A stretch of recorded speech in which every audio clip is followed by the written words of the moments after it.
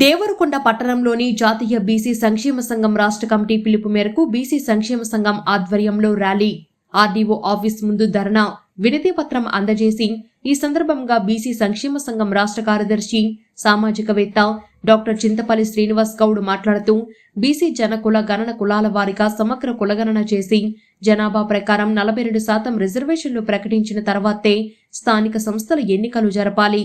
గత 3 సంవత్సరాల నుంచి విద్యార్థుల యొక్క ఫీజు రియంబర్స్మెంట్ బకాయిలు చెల్లించకుండా పాలకులు విద్యార్థుల జీవితాలతో చెలకాటం ఆడుతున్నారు. నిరుపేద విద్యార్థులైనటువంటి ఎస్సీ, ఎస్టీ, బీసీ, మైనారిటీ అన్ని వర్గాల విద్యార్థులకు చదువుకోవడానికి ఆటంకం ఏర్పడే పరిస్థితులు ఉన్నాయి.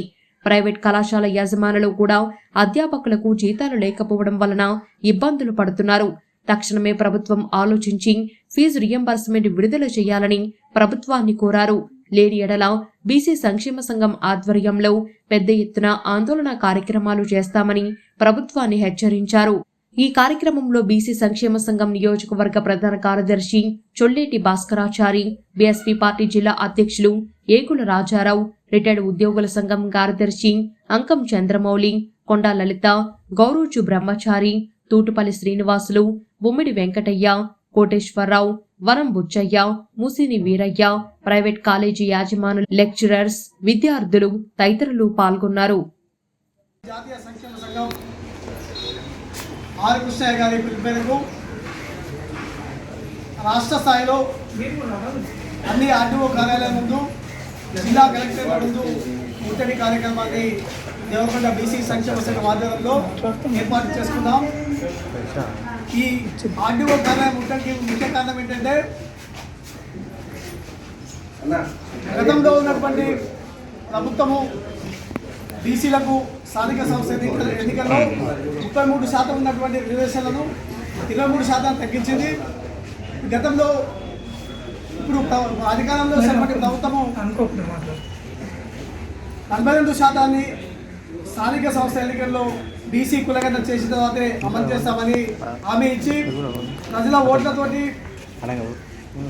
ఎన్నికై అధికారంలోకి వచ్చిన తర్వాత మరి మా బీసీ నాయకులు వరంగల్లో కానీ అదేవిధంగా హైదరాబాద్లో ఉన్నటువంటి గాంధీ హాస్పిటల్లో కానీ ఎంతోమంది మేనిఫెస్టోలో మీరు ప్రజలకు చెప్పినటువంటి కామారెడ్డి డిక్లరేషన్లో మీరు చెప్పినటువంటి అంశాన్ని 42% ఉన్నటువంటి ఇస్తామని చెప్పినటువంటి అంశాన్ని బీసీ కులగణన జరిపి స్వయాన కర్ణాటక ముఖ్యమంత్రి సిద్ధరామయ్య గారితో చెప్పించి నేడు 42% రిజర్వేషన్ అమలు చేయకపోవడము మాది విడ్డూరమని, బీసీ యావత్తు ప్రజానికాన్ని మోసం చేసినట్టు విధంగా ప్రభుత్వాన్ని డిమాండ్ చేస్తాం. ముఖ్యంగా మరి హైకోర్టు గైడ్లైన్స్ ప్రకారము 3 నెలల్లో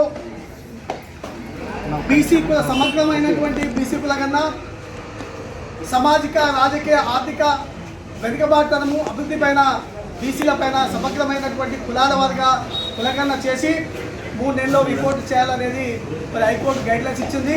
అయినప్పటికీ ఇంతవరకు ఇచ్చి దాదాపు నెల కావస్తున్నప్పటికీ మరి ఇంతవరకు ప్రభుత్వము మరి ఎలాంటి సూచనలు ఇవ్వకపోవడం కూడా మరి బీసీల పైన ప్రేమ ఉందా, మన సముద్రాల ప్రేమ అనేది మనం ఆలోచించుకోవాల్సినటువంటి యావత్తు బీసీ ప్రజానికానికి అవసరమైనటువంటి ప్రశ్న ఇది.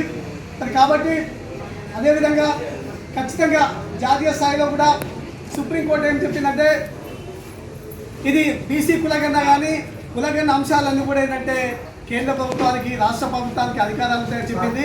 మరి కేంద్ర ప్రభుత్వం కూడా బీసీ కులగణన పైన ఎలాంటి ఆలోచన చేయలేదు.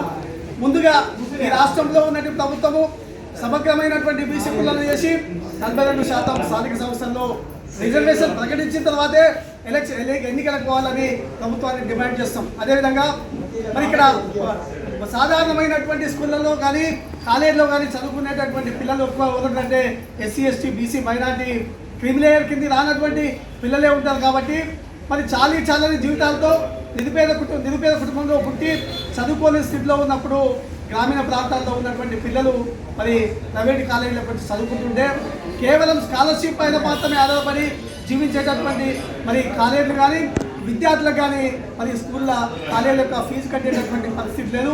మరి పిల్లలకు బీద స్థితిలో ఉన్నటువంటి పిల్లలు ఫీజు కట్టలేని పరిస్థితిలో స్కాలర్షిప్ వస్తే కాలేజీ ఫీజు కట్టేటటువంటి పరిస్థితి కానీ మరి ఈ విషయాన్ని 3 సంవత్సరాల నుంచి మరి ఫీజు రియంబర్స్మెంట్ ఇవ్వకుండా స్కాలర్షిప్ ఇవ్వకుండా మరి చదువు చెప్పేటటువంటి అధ్యాపకులకు కానీ జీతాలు లేకుండా పిల్లల యొక్క ఆర్థిక శారీరక మానసిక పరిస్థితిని దెబ్బతీసే విధంగా ప్రభుత్వాలు చేస్తాయి కాబట్టి వెంటనే రాష్ట్ర వ్యాప్తంగా జరిగేటటువంటి ఆందోళనలు మరి ఇప్పుడున్నటువంటి ముఖ్యమంత్రి కానీ స్థానిక ఎమ్మెల్యేలు కానీ గుర్తించి మరి ఎస్సీ ఎస్టీ బీసీ మైనారిటీ పిల్లలు కానీ అదేవిధంగా అగ్రవర్ణాల్లో ఉన్నటువంటి పేద పిల్లలు కానీ న్యాయం చేసి రాజకీయం అదేవిధంగా చదువులో చురుకైనటువంటి పాత్ర పోషించి మరి ముందు వెళ్ళాలని కోరుకుంటాం. న్యాయం చేయాలి, న్యాయం చేయకపోతే పెద్ద ఎత్తున కూడా ఆందోళన చేస్తామని కోరుకుంటూ మరి ప్రభుత్వాన్ని ఈ ఉన్నటువంటి 2 అంశాలు కూడా ఖచ్చితంగా నెరవేర్చాలని ప్రభుత్వాన్ని డిమాండ్ చేసుకుంటూ విన్నపించుకుంటాం. ఆర్డో గారికి జై బీసీ, జై బీసీ, బీసీ సంఘాల ఐక్యత, బీసీ సంఘాల ఐక్యత, ప్రజా సంఘాల ఐక్యత, ప్రజా సంఘాల ఐక్యత. వెంటనే స్కాలర్షిప్లు, వెంటనే స్కాలర్షిప్లు, బీసీ కులగండ, బీసీ కులగండ. విద్యార్థుల ఐక్యత, విద్యార్థుల ఐక్యత, విద్యార్థుల ఐక్యత, ప్రజా సంఘాల ఐక్యత, ప్రజా సంఘాల ఐక్యత, బీసీ సంఘాల ఐక్యత, విద్యార్థుల